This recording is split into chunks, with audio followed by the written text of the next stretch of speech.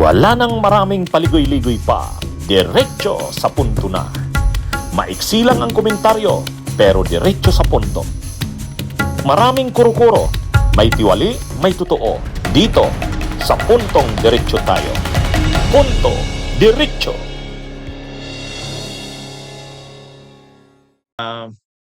May pinaplano daw na bigwan ang Iglesia ni Cristo, ang INC, matapos ang pagkakaaresto kay Marcoleta. Ayan ha. Ha? Ano ito mga kabunyog?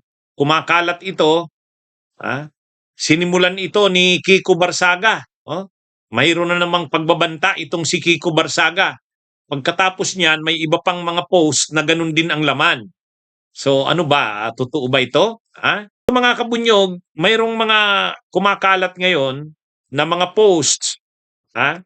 Mayroon daw pinaplanong bigwan ang iglesia, ang INC. Matapos maaresto si Rodante Marcoleta. O ito yung post ni ito yung post ni Kiko Barsaga, mga kabunyog. Sabi ni Kiko Barsaga, ayan, ito yung post ni Kiko Barsaga.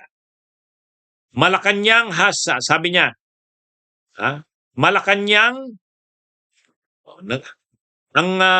ang post ni Kiko Barsaga, sabi niya, Malacanang has declared war against INC with Senator Marcoleta's arrest.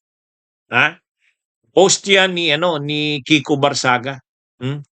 Na parang ang sa ginawa daw ng administrasyong Marcos o ng Malacanang sa pagkakaaresto daw kay Marcoleta, parang nagdeklara na daw ito ng gera laban sa Iglesia ni Cristo, sa INC.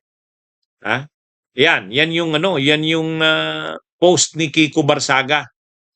Pagkatapos niyan mga kabunyog, mayroon namang kumakalat, ito naman. Parang may kaugnayan din diyan. Ito. Yan. Sabi naman dito, Pilipinas, tapos na ang dry run. Prepare for the big one. Excited na ba ang lahat? Mayroon na naman. Mayroon yan, kumakalat yan. May alam ba si Kiko Barsaga? May plano ba sila, ang mga DDS na naman? Abangan natin kung ano bang pinaplano ng mga ito. Pero sa totoo lang, mga kabunyog, mga kababayan, nakita na yung pwersa nila noong noong June 30, July 1 at July 2. Wala naman. Wala naman. Iilan lang yung taong sumama doon sa rally na yon. Ang inaasahan nila sa unang araw, mga 12,000. Sa sunod na araw, ang unang araw nila June 30, 12,000. Nung sumunod na araw na July 1, ang inaasahan nila dadami. Ay wala ang lumabas halos naging 6,000 na lang.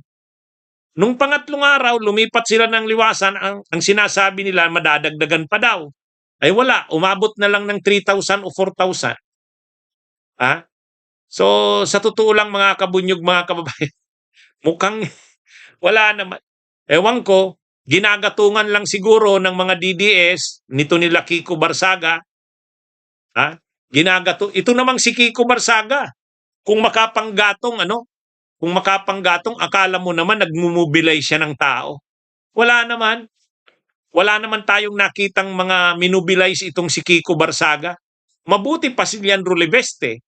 Nung rally nung June 30, July 1 at July 3, si Leandro Libeste nagmobilize galing ng Batangas. Pero itong si Kiko Barsaga, wala naman. Nandun sa Amanpulo, nagsiswimming. Nag-outing yan si Kiko Barsaga. Kung makapag-udyok itong si Barsaga, akala mo naman nagmumobilize siya ng tao galing sa Dasmariñas. Wala naman Mabuti pa si Leandro Libeste. Anyway mga kabunyog, hindi natin alam kung seryoso itong sinasabi ni Kiko Barsaga. Pero ang lumalabas dito, ginagatungan ng mga DDS. Siguro hindi naman galing sa Iglesia ni Cristo ito. DDS ang nanggagatong nito. Gusto ng mga Duterte diehard supporters na gamitin yung pagkakaaresto kay Marcoleta para mag-rally na naman sila. Ang inaasahan nila, baka dumami na ang tao, magka-people power na. O, ginagamit na naman nila yung INC. Pero sa totoo lang, mahihirapan na sila dyan. Unang-una, ang nagli-leader sa kanila sa pag-organize ng mga rallies na yan, si Mike Defensor, nakakulong na rin. Sino naman ang mamumuno sa kanila? Si Chavit Singson? Wala. Si Chavit nagpapalugaw na lang, nagpipinance, pero hindi niya kaya mag-organize ng mga rallies.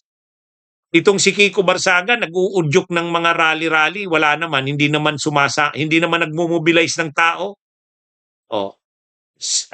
Sila Eric Celes naman, saka sila Jing Paras, nananawagan ng people power, pero sila rin, wala ring tao eh. Sila Jing Paras, saka sila Eric Celes, saka nag-aaway pa sila dun sa grupo nila, retired Captain Ray Baleros, yung mga UPI, yung United People's Initiative. Kaya wala. Sa tingin natin, ano lang ito? Nang uudyok, ng gagatong na parang ang mga supporters ni Marcoleta galing sa DDS at INC ay mag-rally, kumilos. Pero wala, hindi makakaano yan, mga kabunyog. Dati kasi 'di ba ang tawag nila, we are one. Yun ang slogan nila we are one. O ngayon naman daw, the big one. Pilipinas, tapos na ba ang dry run? Ay tapos na ang dry run. Prepare for the big one. Excited na ba ang lahat? Mukhang ano ito? Kagagawan ito ng mga DDS. Okay, mga kabunyog, mga kababayan, abangan natin yan, kung totoo ba yan o hindi. Magandang araw sa inyong lahat. Mabuhay po tayo. Bunyog, bunyog, halikan na kasama ka. Bunyog, kapag buklod ay may pag-asa. Luzon, Visayas, Mindanao, isa ang pananaw. Sa bagong Pilipinas ang bunyog isisigaw. Bunyog.